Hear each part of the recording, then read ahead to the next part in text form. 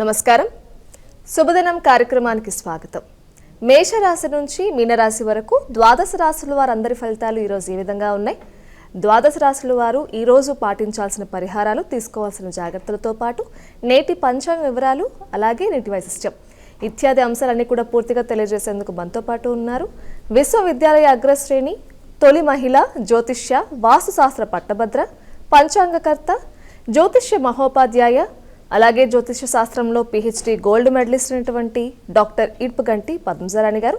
వారితో మాట్లాడదాం. నేటి రాశి ఫలితాల గురించి అడిగి తెలుసుకుందాం. నేటి పంచాంగం. అమ్మ, ముందుగా నేటి పంచాంగ వివరాలు ప్రేక్షకులకు తెలియచేయండి.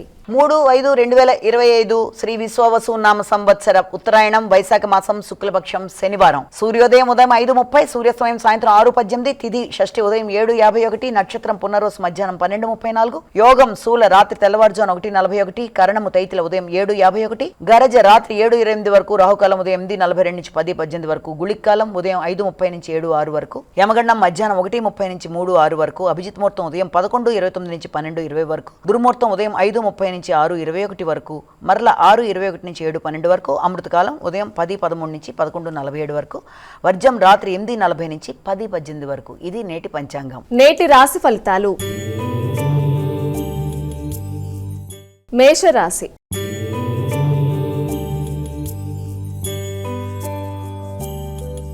అమ్మ, మొదటి రాశి అనేటువంటి మేషరాశి వారికి ఈరోజు ఎలా ఉంది? మేషరాశి వారికి ఈ రోజున ఆశించిన పనులలో కొంత ఘర్షణతో కూడిన వాతావరణంతో కూడిన దాంతో అనుకున్న పనులు కొంత స్లోగా అయ్యే అవకాశం ఉంది.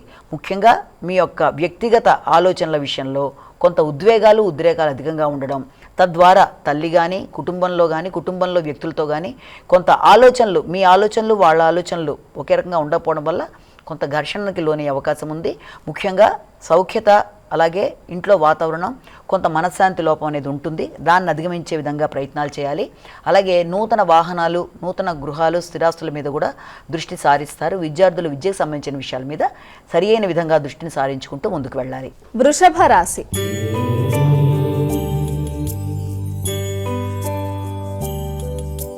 అమ్మ, తదుపరి రాశి అనేటువంటి వృషభ రాశి వారికి ఈరోజు ఏ విధంగా ఉంది? వృషభ రాశిలో వారందరికీ కూడా ఈ రోజున ముఖ్యంగా స్నేహ సంబంధాల విషయంలో, ముఖ్యంగా స్నేహాలంటే మీకు ఆప్యాయత ఉన్న మిత్రులతో మీ యొక్క స్నేహ సంబంధాల విషయంలో కొంత అభిప్రాయ భేదాలు రాకుండా తగిన విధంగా జాగ్రత్తలు తీసుకోవాలి. అలాగే వారి కొరకు మీరు ఖర్చులు, అలాగే వారితో కలిపి ఏదైనా దూర ప్రదేశాలకు వెళ్ళడానికి ప్రయత్నాలు చేయడం, అంటే సాహసోపవంతమైన ప్రయత్నాలు. అంటే అవి ఎలా ఉంటాయంటే ఏదైనా ట్రెక్కింగు అలాంటి ప్రయాణాల మీద ఆసక్తి కనబరచడం, అలాగే దూర ప్రదేశాలకు వెళ్ళడానికి కమ్యూనికేషన్ విషయం మొదలైన విషయాల్లో తగిన విధంగా కమ్యూనికేషన్ అయినా, మీ పరాక్రమం అయినా, మీ ఆలోచనలైనా అవన్నీ కూడా తొందరపాటు నిర్ణయాల్లోకి వెళ్లకుండా నెమ్మదిగా ఆలోచించి మీరు ముందుకు వెళ్ళినట్లయితే మీరు ఆశించిన విధంగా అన్ని రకాలుగాను బాగుంటుంది. మిథున రాశి.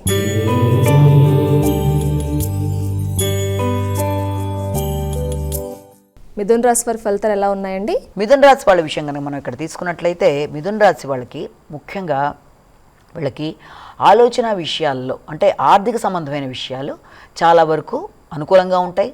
రావాల్సిన ఆర్థిక సంబంధమైన ఎక్కడన్నా మీకు ఆగినా కూడా వాటికి సంబంధించిన విషయాలు, అంటే ఇంతకుముందు మీరు లోన్లు ఎవరికైనా ఇచ్చినట్లయినా అలాంటివి ఏదైనా మీకు రావాల్సినవి కొంత ఘర్షణతో మీకు వచ్చే అవకాశం ఉన్నప్పటికీ కూడా అది సమయానికి రావడంలో కొంత అటు ఇటు అవ్వడం వల్ల కూడా మీరు మానసికంగా కొంత ఘర్షణ పడే అవకాశం ఉంది. అయినప్పటికీ మీకుండే లోన్లు ఏమైనా ఉంటే మీరు తీర్చేయగలుగుతారు. అలాగే దూర ప్రదేశాల నుంచి మంచి వర్తమానాలు అందడం, ఆర్థిక సంబంధమైన విషయాలు అనుకూలంగా ఉండడం, రావాల్సిన విషయాల్లో మీకు అనుకూలమైన వాతావరణం ఏర్పడుతున్నప్పటికీ మాటల దగ్గర తగిన విధంగా జాగ్రత్తలు తీసుకుంటూ ముందుకు వెళ్ళాలి. కర్కాటక రాశి.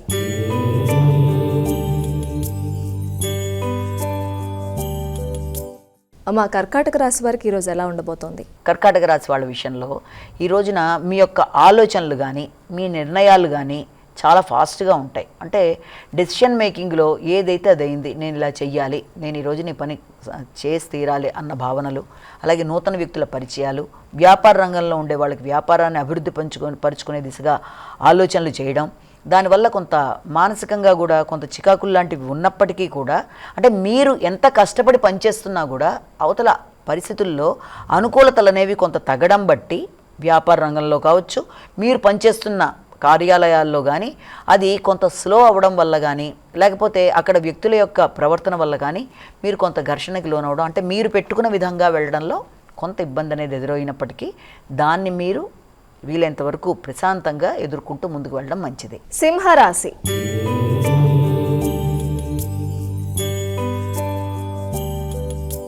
సింహరాశి వారికి ఈరోజు ఎలా ఉందండి?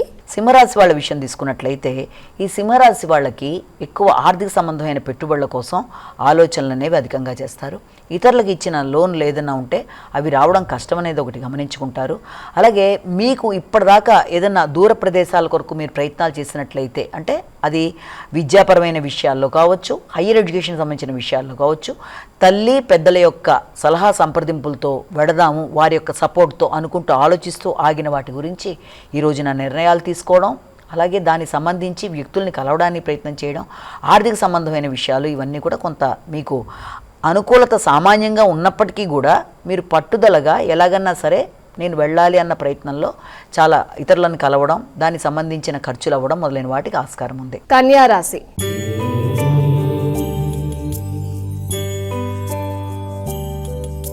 అమ్మ, కన్యా రాశి వారి ఫలితాలు తెలియచేయండి. కన్యా రాశి వాళ్ళకి ఈ రోజున ముఖ్యమైన వ్యవహారాల్లో, అంటే అది ఆర్థిక సంబంధమైన వ్యవహారాలు కావచ్చు, లేకపోతే ఏదైనా సరే చాలా వరకు అనుకూలంగా ఉంటుంది. ముఖ్యంగా మీ యొక్క తోబుట్టువులు కావచ్చు, లేకపోతే మీకు ఆకస్మికమైన మిత్రులు ఎవరైనా సరే, అంటే ఏదైనా సరే మీకు ఆర్థిక సంబంధమైన విషయాల్లో కానీ, ఎదురు చూసిన విషయాల్లో, ఏదైనా కన్స్ట్రక్షన్ రిలేటెడ్ కానీ, స్థిరాస్తులకు సంబంధించినవి కానీ, భూ సంబంధమైన విషయాల్లో కొంత శక్తి అనేది బాగుంటుంది. అలాగే నిర్ణయాలు గట్టిగా తీసుకుంటారు, అవి మీకు అనుకూలమైన ఫలితాలు రావడానికి అవకాశం ఉంటుంది. ఎదురు చూస్తున్న ఫలితాలు ఏదైనా సరే మీకు చాలా వరకు అనుకూలంగా ఉంటుంది. భూ సంబంధమైన విషయాలు కావచ్చు, గృహ సంబంధం, సంతాన సంబంధమైన విషయాల్లో చాలా వరకు అనుకూలమైన అవకాశాలు లాంటివి కనబడుతున్నాయి. తులారాశి.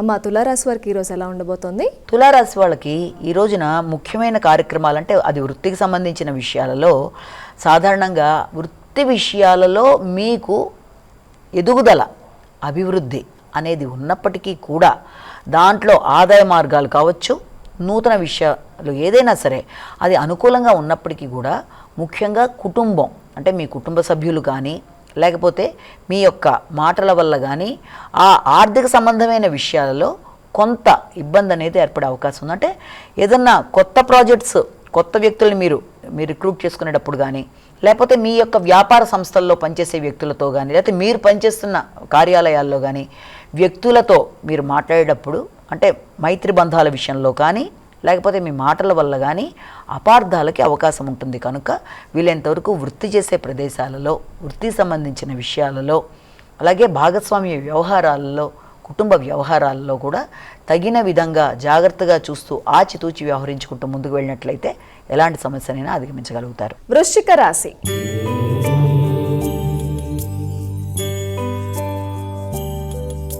వృశ్చిక రాశి వారికి ఎలా ఉందండి ఈరోజు? వృశ్చిక రాశి వాళ్ళ విషయంలో ముఖ్యంగా వీళ్ళకి ఆర్థిక సంబంధమైన విషయాలు, హైయర్ ఎడ్యుకేషన్కి సంబంధించిన విషయాల మీద ఎక్కువ దృష్టి సారిస్తారు.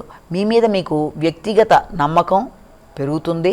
అలాగే ఏదైనా పోటీ పరీక్షలకు సంబంధించిన విషయాల్లో కానీ, లేకపోతే ఆల్రెడీ మీరు రాస్తున్న పరీక్షలు ఏదైనా ఉంటే, డిపార్ట్మెంటల్ టెస్ట్లను, లేకపోతే వృత్తిలో ఉన్న పరీక్షలు ఏదైనా ఉన్నా వాటికి సంబంధించిన విషయాల మీద ఎక్కువ దృష్టిని సారిస్తారు. అలాగే పోటీల మీద దృష్టి సారిస్తారు. రోగనిరోధక శక్తి విషయంలో కూడా తగిన విధంగా శ్రద్ధ తీసుకుంటూ ముందుకు పెడతారు.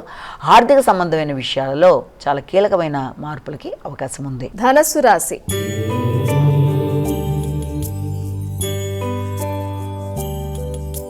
అమ్మ, ధనస్సు రాశి వారి ఫలితాలు ఈరోజు ఏ విధంగా ఉన్నాయి? ధనస్సు రాశి వాళ్ళకి ముఖ్యమైన విషయాలలో, అంటే సంతాన సంబంధమైన విషయాలు కానీ, మీ ఆలోచనలు కానీ, అలాగే మీ యొక్క వ్యక్తిగత ఖర్చులు కానీ, ఇవన్నీ కూడా ఆకస్మికంగా కొంత అధికంగా ఉన్నట్టు కనబడినా కూడా మీరు పెట్టుబడులు పెట్టడానికి ఎక్కువ ప్రయత్నాలు చేస్తారు. కానీ పెట్టుబడులు పెట్టడానికి చేసే ప్రయత్నాలలో కొత్త వ్యక్తులతో సంఘర్షణ రాకుండా వీలైనంత వరకు మీరు జాగ్రత్త తీసుకోవాలంటే, కొత్త వాళ్ళు ఎవరన్నా ఉంటే వారితో ఏదైనా కొత్తది మొదలు పెట్టడానికి చేసే ప్రయత్నాల్లో కానీ, నూతన పరిచయాలని మీరు ఏదైనా మీ కొరకు ఉపయోగించుకొని కొత్త విషయాల్లో ఏదైనా చేద్దాం అనుకుంటూ చేసే ప్రయత్నాల్లో కానీ బాగా ఆలోచించి నిర్ణయాలు తీసుకుంటూ ముందుకు వెళ్ళడం మంచిది. ఎందుకంటే ఆర్థిక సంబంధమైన విషయాలు, పెట్టుబడులు మొదలైనవన్నీ కూడా సామాన్య ఫలితాలు ఇచ్చే అవకాశాలు లాంటివి కనబడుతున్నాయి. మకర రాశి.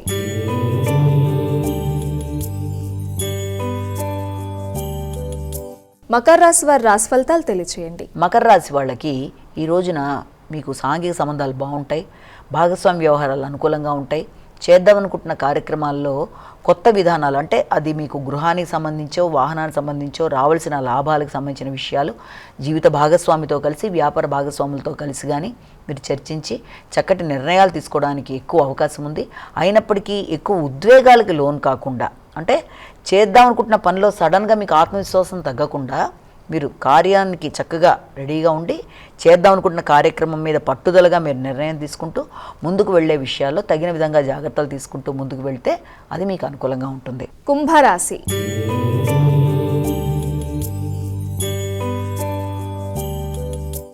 మా కుంభరాశి వారికి ఈరోజు ఎలా ఉండబోతోంది? కుంభరాశి వాళ్ళ విషయంలో ఈ రోజున శత్రువుల మీద విజయం సాధిస్తారు, పోటీల్లో నెగ్గుతారు, నూతన అవకాశాలు అనేవి ఏర్పడతాయి.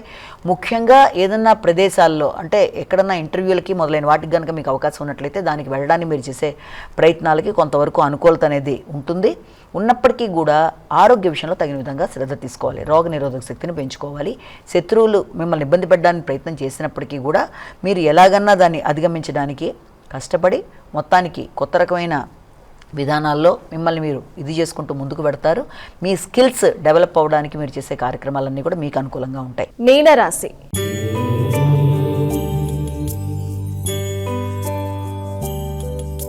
అమ్మ, చివరి రాశి అనేటువంటి మీనరాశి వారికి ఈరోజు రాశి ఫలితాలు ఏ విధంగా ఉన్నాయి? మీనరాశి వాళ్ళ విషయం తీసుకునేటప్పటికీ మీ ఆలోచనలు, మీకు ఉద్వేగంతో కూడిన మీ ఆలోచనలు, భాగస్వామ్య వ్యవహారాలు, పెట్టుబడులకు సంబంధించిన విషయాలు, సంతానానికి సంబంధించిన విషయాలు, ఆత్మీయులకు సంబంధించిన విషయాలు, అన్ని విషయాల మీద ఒకేసారి ఏకకాలంలో ఫోకస్ చేసే పరిస్థితులు ఏర్పడతాయి. అంటే ఇది ఇష్టపడిన వ్యక్తులతో మీరు చర్చించేటప్పుడు కానీ, సంతానానికి సంబంధించిన విషయాల్లో కానీ ఎవరితోనూ మీకు అభిప్రాయ భేదాలు రాకుండా తగిన విధంగా జాగ్రత్తలు తీసుకోవాలి. క్రియేటివిటీ బాగుంటుంది. కొందరు చాలా చక్కగా రాతలు, దానికి ఎక్స్పోజిషన్ అనేది బాగుంటుంది. అలాగే గుర్తింపు, గౌరవం అనేది లభిస్తుంది. ఆర్థిక సంబంధమైన విషయాలు అనుకూలంగా ఉంటాయి. సంతానానికి సంబంధించిన పెట్టుబడులు పెట్టడానికి ప్రయత్నం చేస్తారు. భూమికి సంబంధించిన వ్యవహారాల మీద ఎక్కువ దృష్టిని కేటాయిస్తారు. అమ్మ, నేడు ద్వాదశ రాశుల వారు చేసుకోగలిగే పరిహారాలు ఉంటే తెలియచేయండి. ద్వాదశ రాశుల వారికి పరిహారాన్ని చూసినట్లయితే మేషరాశి నుంచి మీనరాశి వరకు 12 రాశుల వారికి ఈ రోజున తమ వ్యక్తిగత దైవాన్ని ప్రార్థించుకోవడం ఒక పద్ధతి అయితే, దాంతోపాటుగా సమయము, అవకాశంతో పాటుగా ఆసక్తి అన్నీ ఉంటే తప్పనిసరిగా ఈ రోజున విష్ణుమూర్తికి సంబంధించిన విష్ణు సహస్రనామాలు కానీ, అలాగే గోవింద నామాలు కానీ, అలాగే విష్ణుమూర్తిని పూజ చేయడం మొదలైనవన్నీ కూడా చాలా వరకు అనుకూలంగా ఉంటాయి. దాంతోపాటుగా ఇంకా మీకు అవకాశం కనుక ఉన్నట్లయితే ఏదైనా విష్ణు దేవాలయాలు, అంటే వెంకటేశ్వర స్వామి దేవాలయాలకు కానీ, విష్ణుమూర్తి మొదలైన వాటికి అవకాశం ఉన్నట్లయితే వెళితే చాలా బాగుంటుంది. అయితే ఇప్పటిదాకా మనం చెప్పుకున్న రాశి ఫలితాలన్నీ కేవలం ఒక వ్యక్తిని ఉద్దేశించి చెప్పలేదు కనుక, ఇది జనరల్గా చెప్పినావు కనుక అన్నీ తమకే వర్తిస్తాయని అనుకోకుండా ప్రతి వ్యక్తి ఇది చూసుకునేటప్పుడు తమ వ్యక్తిగత జాతకంతో కూడా కలిపి చూసుకుంటూ ముందుకు పెడుతున్నప్పుడు వ్యక్తిగత జాతకంలో కనుక నడిచే దశలో, అంతర్దశలో అనుకూలంగా ఉన్నట్లయితే గోచారరీత్యా ఎదురవుతున్న చిన్నపాటి ఇబ్బందుల్ని అధిగమించడం అనేది పెద్ద కష్టం కాదు. దానికి తగిన విధంగా మీ ఇష్టదైవాన్ని ప్రార్థించుకోవడం కానీ, లేకపోతే ఏ రోజు చెప్పిన ఈ రకమైన ఫలితాల్లో చెప్పే రెమెడీస్ ఏదైనా ఉంటే ఆ దేవ సందర్శన, లేకపోతే దాంతోపాటుగా మీరు ఏదైనా శ్లోకాలు చేసుకోవడం, లేకపోతే వినడం మొదలైనవి చేయడం బట్టి ఎలాంటి చిన్న సమస్యనైనా కూడా మీరు అధిగమించడానికి అవకాశం అనేది ఏర్పడుతుంది. ముఖ్యంగా కావాల్సింది భక్తి, శ్రద్ధ, ఆధ్యాత్మిక ఆలోచన, అనుసరణీయం అన్న విధానంలో ముందుకు వెళ్ళినట్లయితే అన్నీ అనుకూలంగా ఉంటాయని మనం భావించాలి. నేటి వైశిష్ట్యం. గంగా సప్తమి గురించి తెలుసుకుందాం. అంటే గంగా సప్తమి అన్న మాటని కనుక మనం చూసినట్లయితే ఇది గంగాదేవికి సంబంధించిన విషయంలాగా ఉంది. అంటే ఇది దీనిలో ఏంటి అసలు ఈ గంగా సప్తమి అనే దాని యొక్క విషయం ఏంటి అన్న విషయాన్ని కొంతవరకు తెలుసుకుందాం. ఒకానొకప్పుడు భగీరథుడు గంగాదేవిని కిందకి తేవడానికి ఆయన ట్రై చేస్తాడు. ఎందుకంటే ఆయన యొక్క కపిల మహర్షి యొక్క శాపం వల్ల తన పూర్వీకులందరికీ కూడా చక్కగా ఇది జరగడానికి, వాళ్ళ కొరకు గంగాదేవి దగ్గర నుంచి వచ్చే వాటర్ వల్లే అన్ని విధాలుగా కూడా అనుకూలత, వాళ్ళకి అన్ని రకాలుగా బాగుంటుంది అన్న విధానం వల్ల ఆయన ఎలాగన్నా సరే గంగని భూమి మీద తేవడానికి అన్ని విధాల ప్రయత్నం చేస్తాడు. ఆయన ఈ ప్రయత్నంలో ఆయన చాలా గట్టిగా ప్రయత్నం చేసి ఆవిడ కోసం ఆయన చేసేదానివల్ల ఆవిడ రావడానికి ప్రయత్నం చేస్తుంది గంగాదేవి కిందకి. రావడానికి ప్రయత్నం చేసినప్పుడు ఏమవుతుందంటే ఆవిడ అసలే చాలా ఫోర్స్గా ఉంటుంది కదా, ఆవిడ అలా కనుక వచ్చేస్తే మొత్తం అన్ని రకాలుగా ఇబ్బందులుగా ఉంటాయని ముందుగా శివుడు తన జటాజూటంలో అంటే తన యొక్క శిరస్సులో ఆవిడని పెట్టుకొని తర్వాత నెమ్మదిగా వదలడానికి అన్ని రకాలుగా అనుకుంటారు. అదే విధంగా చేస్తారు. చేస్తే అప్పుడు గంగాదేవి మొత్తానికి ఈ యొక్క ముందు భగీరథుడు వెడుతుంటే ఆయన వెనకాల ఈవిడ అలకనందగా మొత్తానికి వచ్చేస్తూ ఉంటుంది. ఆ రావడంలో ఆవిడ జాహ్ను మహర్షి యొక్క ఆశ్రమాన్ని తెలియకుండా దాని మించి ఆవిడ ఎక్కువ పారడం వల్ల అది మొత్తం ఇదైపోతుంది. వెంటనే ఆ మహర్షి కోపం వస్తుందన్నమాట. అంటే నా యొక్క ఆశ్రమంలో నన్ను ఇలాగ చేసేసి ఈ రకంగా చేయడం బట్టి నాది మొత్తం ఇలాగ స్పాయిల్ అయిపోయింది, ఇలా కాదని చెప్పి ఆయన కోపం వచ్చి ఏం చేస్తాడంటే గంగాదేవిని మొత్తం ఆయన ఇలాగా ఘనీభవించి ఆయన తాగేసినట్టుగా మొత్తం ఆ వాటర్ అంతా తీసేసుకుంటాడు తనలోకి. వెంటనే అందరికీ భయం వేస్తుంది అనమాట, బాధ వస్తుంది. అయ్యో ఆవిడ లేకపోతే ఎలాగా అన్న బాధతో మళ్ళీ భగీరథుడు దేవతలు అందరూ కూడా మళ్ళీ వెళ్ళి ఆయన్ని వేడుకుంటారు.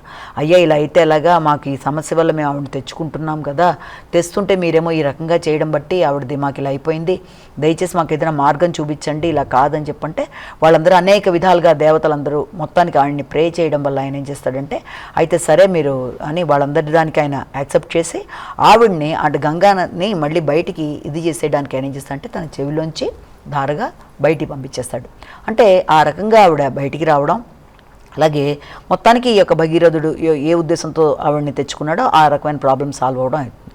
అంటే ఈ జాహ్ను మహర్షి ద్వారా ఆవిడ బయటకు వచ్చింది కనుక ఆవిడని జాహ్నవి అని కూడా అంటారు.